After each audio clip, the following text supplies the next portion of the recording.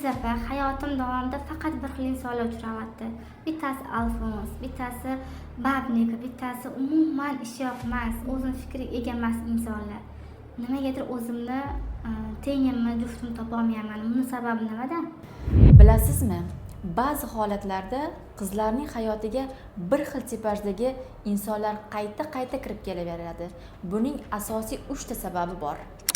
Birinchi sababi, agar ayol kishi yoki qiz bola kibrli bo'lsa yoki erkak kishini tan olmasa, uning hayotiga tan olmasligiga mos bo'lgan erkaklar kirib keladi. Ikkinchi sababi esa, agar ayol kishi qutqaruvchi pozitsiyasida yashasa, uning hayotida ham xuddi shunaqa qutqarishiga majbur qiladigan erkaklar kirib keladi. Misol uchun, mas'uliyatsiz yoki pul topmaydigan yoki alfons insonlar kirib keladi. Bunaqa holatda esa ayol har doim qutqaruvchi pozitsiyasida yashayotgan bo'ladi. Uchinchi sabab esa, agar ayolda har doim aybdorlik hissi bilan yashasa, uning hayotida abuzer erkaklar kirib keladi. Har doim uni qiynaydigan, uni har bitta ishidan kamchilik topadigan va buning oqibatida esa ayol doimo qiynalib yashashga majbur bo'ladi.